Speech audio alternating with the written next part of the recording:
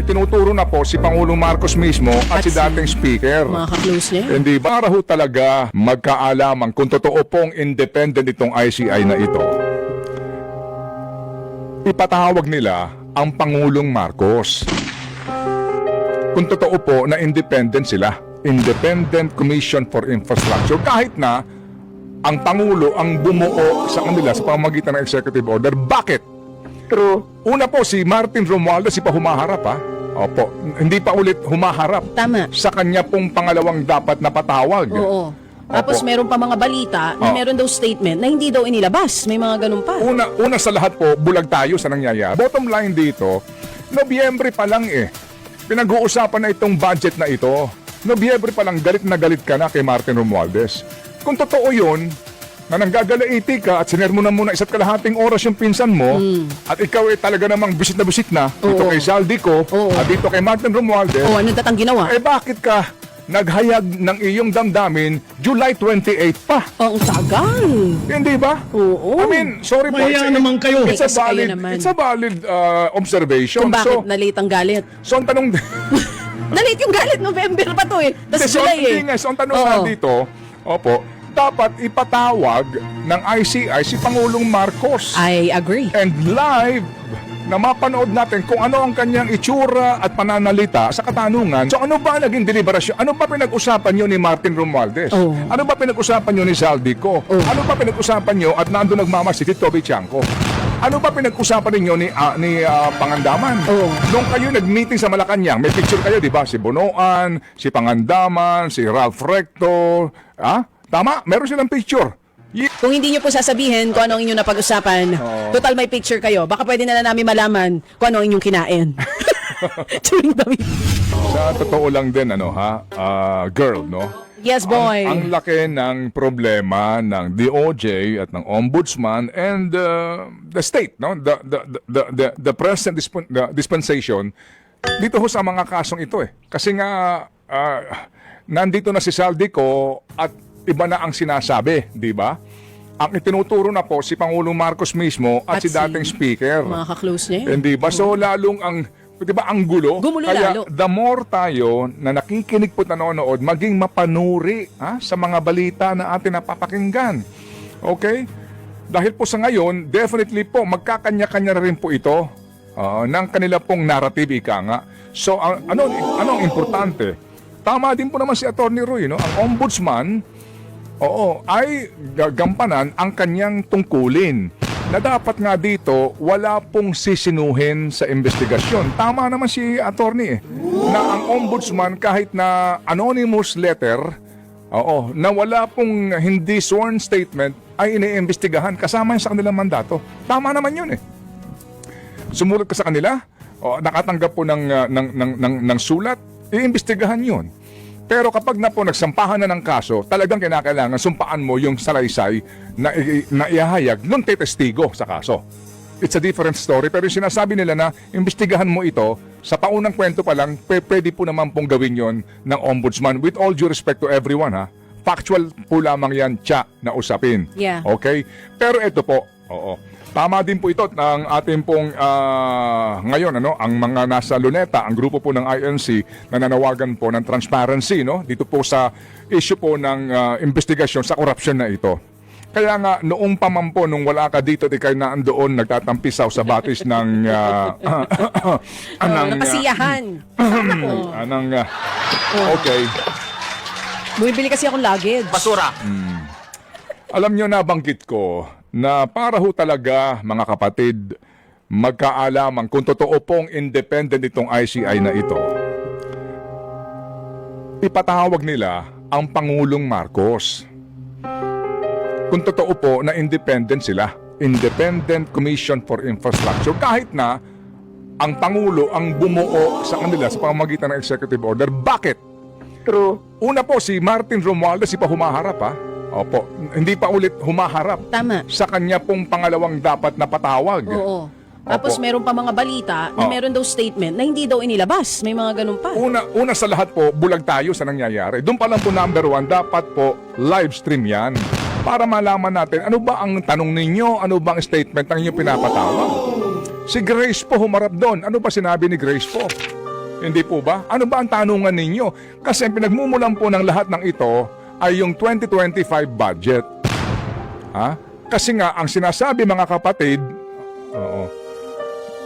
kung pupuntahan mo yung ikinekwento ni Toby Chanko, at basahin niyo po yung column ngayon ni Ma'am dito po sa The Philippine Star. Marie, pamintuan. Yes, oo. Sa kanilang panayam sa story ko ng One News, doon po inilahad ni Toby Chanko yung matagal ng ugong-ugong at bali-balita na nagkakaaway na magpinsan nang dahil po dito nga Sa budget. at usapin ng korupsyon. Oo.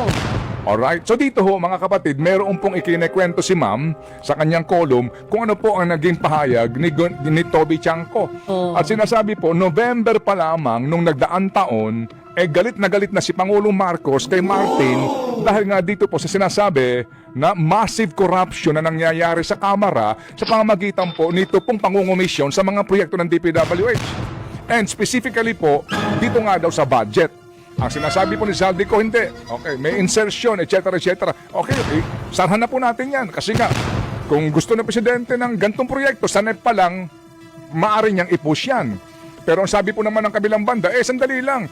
Kasi nga, kung ilalagay mo yan sa NEP, pwede yang guluhin ng 2 kapulungan ng Kongreso.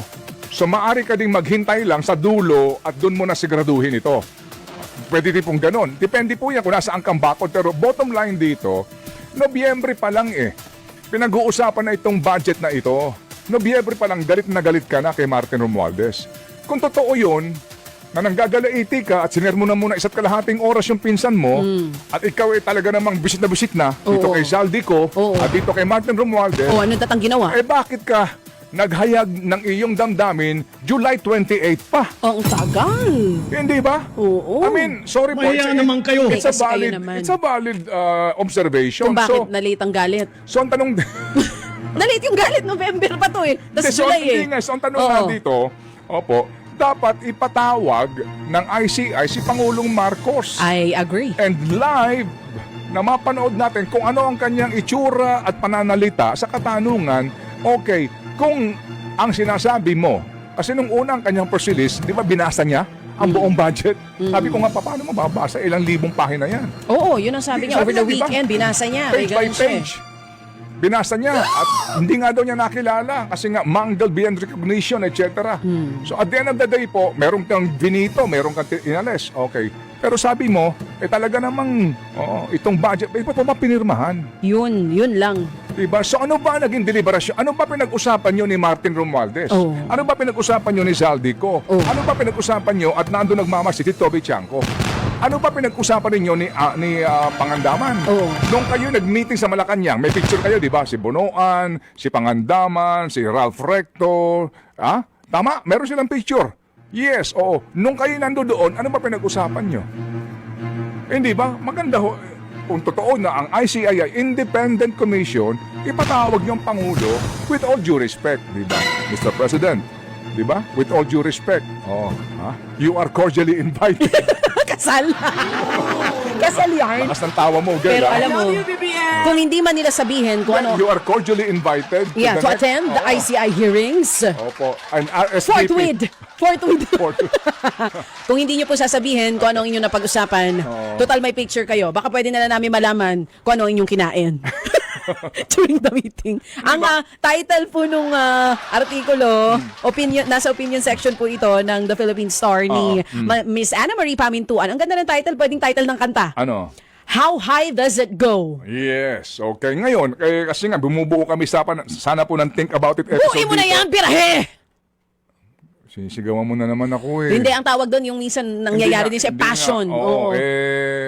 Naubol na-preempt. Oo. So, sayang. Na-delay din yung think about it, parang yung Hindi galit nga, ng Pangulo, na-delay. Ano nga namin ito. Ito na ho yung mga pumutok ngayon. So anyway, sandali lang po. Pero ang ganda nung napansin mo, oo nga kung nangyari yun noon, bakit July lang? Oo. Na-delay yung, ang dami kasing ginagawa ng Hindi ba? Pangulo. Minsan sa dami ng ginagawa mo, dinedelay mo yung emotions mo eh. Parang nagkakahawig sila ni Zaldico. Ha? Di ba? Kasi magmula noon, ano siya, ano bang tawag sa kanya? Downtrodden? Hindi naman siya bagman. Downtrodden. Luggage mo? Hindi naman siya kolektor. Hindi rin. Hindi rin siya banker. Ah, Kasi pass-through man? Okay, bakit di ba, bilyonaryo ka, yaman-yaman mo, Oo. di ba? And congressman ka, negosyante ka, tapos pinuutosan ka lang Taga-hatid. Well, again, ang sabi ni Attorney Roy, Oo. guilty ang kanyang kliyente sa lack of strength to resist. Dautos mula sa kataas-taasan. nakita mo yun? Lack of strength to resist. Wala ang kinita ni 5 centimos. Wala. Alam mo, wala ka. Sa tinagal-tagal ng panahon, ikaw yung taga-kolekta. Ayan, taga-kolekta ka. Kung 2024 man nag-start, base sa mga picture hanggang 2025, karapat dapat kung walang natanggap si Zaldi at ginawa siyang pass-through Oo. nito mga taong ito na totoong may kickback, Tapos magmula dapat noon- gawing santo si Zaldi. Dahil Sabi ko mantakin nga mo, kanina, walang natanggap eh. Sobra ka naman sa santo. Baka Ay, hindi ano pa mayag dapat? si Pope. O, ano na lang. Bigyan mo na lang ng medal. For honesty. Oo. Sige. Di ba parang si Saldico, sa tinagal-tagal na siya ay dinadaanan nito, ngayon na siya lumantad. Hindi ba para silang may similarity? Wala po na nanggaling sa gobyerno ni Tiso. That's all, folks. Ito naman, sabi nga ni Attorney Roy kanina, sometimes baka nangyayari din daw yun sa atin minsan. Ewan ko lang sa'yo. 9:46 na po.